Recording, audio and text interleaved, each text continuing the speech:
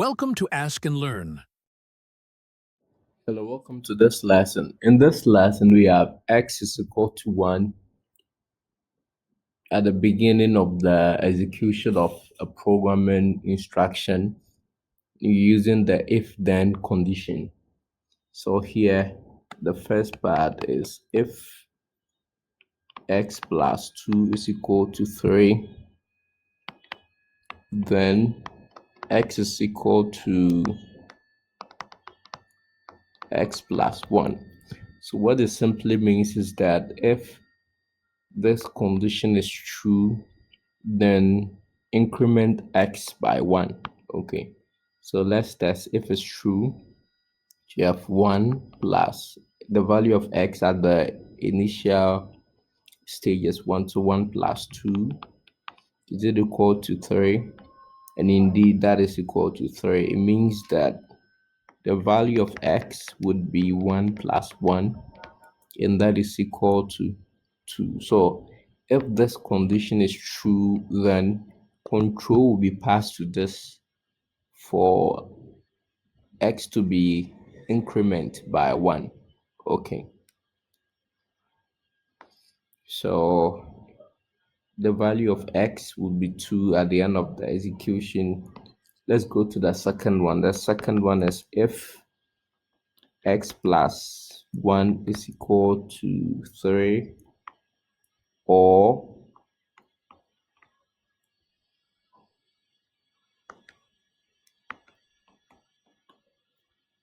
2x plus 2 is equal to 3, then x is equal to x plus 1.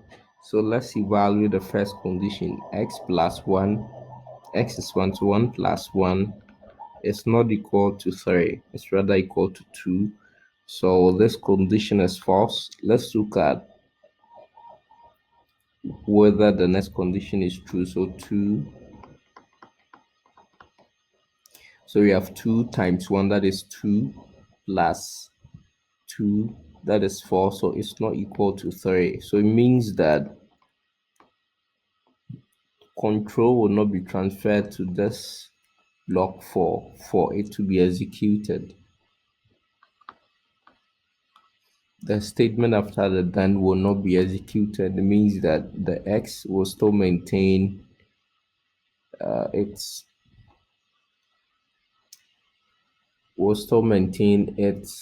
value as 1. It will not be incremented because this part of the program will not execute, because we have neither of the conditions, neither of them is true, so this part will not run. Okay, all right, so let's go to the next one. The next one is if 2x plus 3 is equal to 5,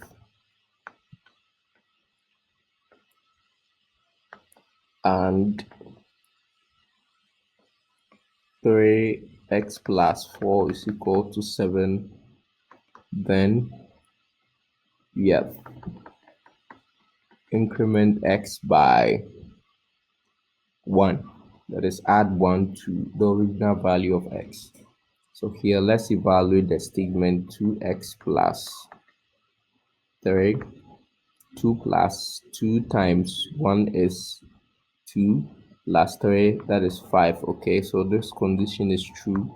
The end is like that both conditions would have to be true for the statement after the event to run. All right, so here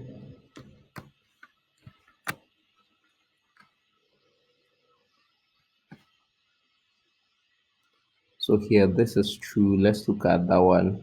3 times 1 plus 4, and that is 3 times 1, 3 plus 4, that is 7.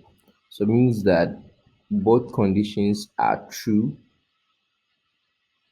then control be transferred to the statement after the then. So x would become 1 plus 1, and that is equal to 2.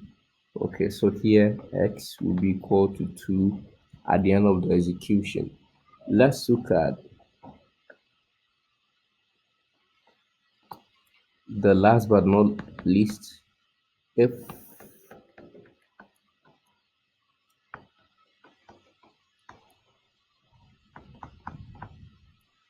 the x, or what is called the exclusive OR, is such that both the conditions would not have to be of the same value. Okay, they shouldn't be of the same truth value, else it would be false. Okay, so if they are both true, it will be false, and if they are both false, it would be false as well. One of them should be false whilst the other is true. Okay, for the statement after that, then to run. So here 1 plus 1 is true. Okay, so this condition is true. Let's look at this one. X1 plus 2 is 3, and this condition is true. So we have true and true, so that the 0 would return a false. All right, so it means that this condition will not be executed. It means that the x will maintain its value, its original value, so that x becomes 1 at the end of the execution of the program. Okay, so thanks for your time. That's the end of the lesson.